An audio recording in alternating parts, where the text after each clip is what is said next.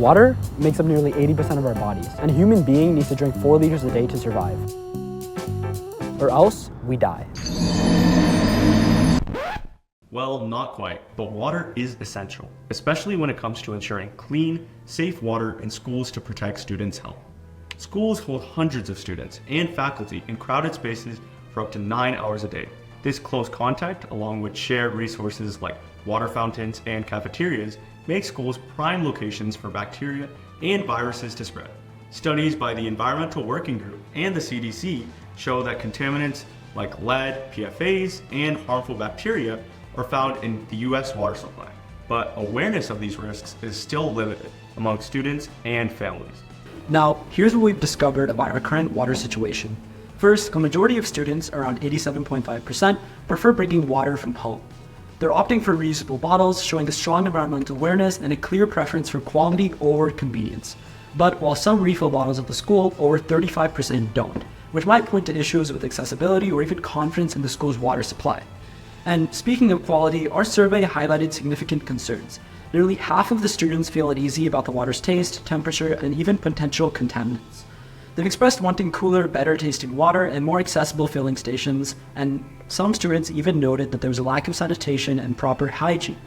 Now, the current solutions like fountains and bottle fillers are functional, but the average satisfaction is just around 2.8 out of 5, which is a clear sign that there's plenty of space for improvement.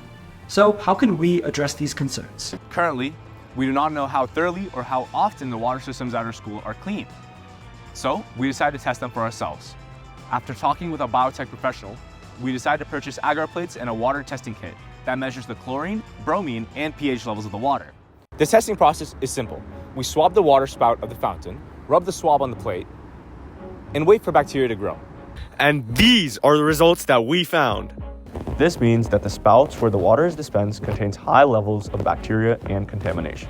And this bacteria goes back into your drinking water. To look at the implications of this, we decided to discuss this with a medical professional. These areas, can collect fluids which have more chances of contamination with bad bacteria. Yeah. So you want to make sure that the balance is there where, the bad bacteria are not taking over. We also tested the pH, bromine, and chlorine levels and found that the water has a pH of 8.5, bromine levels of 0 ppm, and chlorine levels of 0.2 milligrams per liter. What this contributes to is a high amount of acidity in the water. And this is one of the leading causes of bad water taste reported by students as soapy or often bitter. We asked around what people thought of our results, and they were surprisingly unaware of what we found. It really did come off my kid's water fountain. I'd probably want that cleaned up. In order to increase awareness of our findings, we created a social media page on Instagram, Brnt Water, Bacteria Reduction and National Taps. In order to get more people to resonate with the campaign, we created a mascot, Brnt the Beaver. We chose beavers because number 1, they're cute, and number 2, they help clean their environment. The dams that they built actually help depollute the lakes and rivers that they reside in. By using a mascot, we were able to get more people to join and connect with us. But the problem still remains, and we need a solution. Water fountains are tricky to clean thoroughly. They're frequently used and need to be disinfected between uses in order to prevent buildup and bacteria growth. We decided that we need a solution that works full-time, effectively disinfects, and is automated. Introducing the Brnt Light. It functions by using 2 UV light cages, one a sliding cabinet on the top of the water bottle cavity, and another on the water spout. The cabinet would have a UV light equipped inside, killing all bacteria present with a white sliding door to increase the efficiency of the light waves.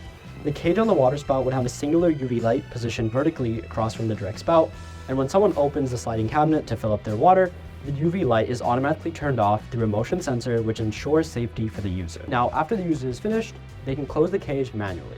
Another solution we considered was carbon filtration, which involves the use of charcoal to filter out the minerals and improve the taste. However, this prioritizes the taste of the water and does not actually kill the bacteria that surrounds the water fountain, meaning students will feel the water is cleaner but not actually experience the health benefits of drinking clean water. And for this reason, we decided to prioritize the use of UV lights in our solution. Hi, I'm Aarush. I'm Prithvi. And I'm Aditya.